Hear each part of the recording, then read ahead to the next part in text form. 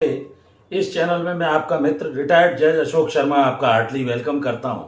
आज मैं stay order के संबंध में कई लोगों को कुछ मिसकंसेप्शन है उसे इस वीडियो में दूर करने जा रहा हूं। स्टे ऑर्डर कब कैसे किस मामले में दिया जाता है, इसके लिए सबसे पहले जब भी कोई सिविल दावा न्यायालय के समक्ष, चाहे वो पोजीशन से संबंधित हो, प्रॉपर्टी के कोई और मैटर हो, उसमें स्थगन लेने के लिए मूल आवेदन पत्र जो लगाया जाता है उसके साथ एक आदेश 39 नियम 123 सीपीसी में यह आवेदन पत्र न्यायालय के समक्ष मूल आवेदन पत्र के साथ दावे के साथ लगाया जाता है। और ये किस प्रकृति का रहेगा, इसमें ये आपको लिखना पड़ेगा इस आवेदन में कि मेरे पक्ष में प्राइमा फेसी या प्रथम दृष्टया मामला है, बैलेंस ऑफ कन्वीनियंस सुविधा संतुलन भी मेरे पक्ष में है, और मुझे यदि स्थगन नहीं दिया गया तो मुझे अपूर्णनीय या इर्रिपेरेबल इंजुरी होगी। तो ये डाउट्स को क्लियर करने के लिए ये मैं वीडियो बना रहा हूँ। स्थगन आदेश कब तक बना रहता है, बहुत से लोग कंफ्यूज रहते हैं।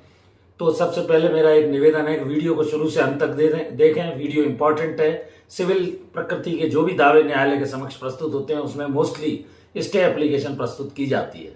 अब ये न्यायालय का विवेक रहता है कि वो केवल प्लेंटिफ या वादी को सुनकर भी स्थगन आवेदन पत्र पर विचार कर सकता है, या बाई पार्टी जितने पक्षकार हैं उन्हें नोटिस देकर सुनने के बाद भी स्थगन आवेदन पत्र पर विचार कर सकता है। ये न्यायालय के विवेक का विषय है। It is the discretion of the court. और इस मूल आवेदन पत्र के साथ आपको वो डॉक्यूमेंट्स, एफिडेविट जिन पर आप रिलाय अपॉन करते हैं वो लगाने होंगे, और ये बताना होगा कि मेरे पक्ष में प्रथम दृष्टया मामला, सुविधा संतुलन, अपूर्णनीय क्षति जैसे तत्व हैं। यदि मुझे स्थगन नहीं दिया गया तो मेरा दावा निष्फल हो जाएगा, बेकार हो जाएगा। ऐसी स्थिति में अलग अलग परिस्थिति हो सकती है।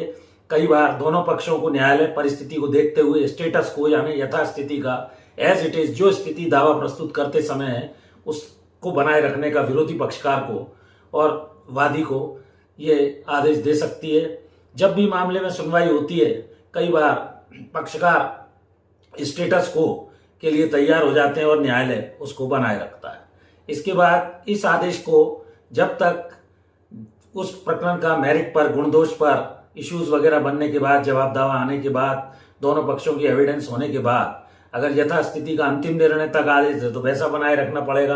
ऑर्डर पर कोर्ट आदेश को जब तक निरस्त नहीं कर देता तब तक वो बना रहेगा, या तो उसे कंफर्म करेगा या वैकेट करेगा। दूसरा, दोनों पक्षों को सुनकर मामले के अंतिम निर्णय तक भी अस्थायी निषेधाज्ञा बनी रह सकती है। इसके लिए एक एग्जाम्पल देता हूं कि जैसे कोई केस चला और उस केस में दोनों पक्षों को सुनकर मामले के अंतिम निराकरण तक यथास्थिति दोनों पक्षकारों को बनाने का कहा गया।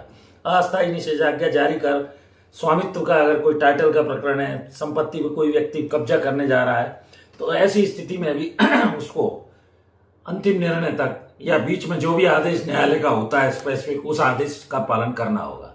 अंतरिम अस्थायी निषेधाज्ञा या टेम्परेरी इंटरिम इंजंक्शन होता है जो निश्चित तिथि तक प्रभावी रहता है। अस्थायी निषेधाज्ञा टेम्परेरी नेचर की होती है, और चिरस्थायी जो प्रकरण का मेरिट के अंत तक बना रहता है। जब मेरिट पर जो भी स्थिति दोनों पक्षों की एविडेंस आती है और न्यायालय किसी निष्कर्ष पर पहुंचता है, उस आधार पर वो कोर्ट अपना अंतिम निर्णय जारी करता है, तो वो आदेश जो है वो स्वयं भी वैकेट समझा जाता है। तो कुल मिलाकर जो स्थगन के बारे में stay order, types, duration, temporary injunction, ये इंफॉर्मेशन मैंने आपको दी।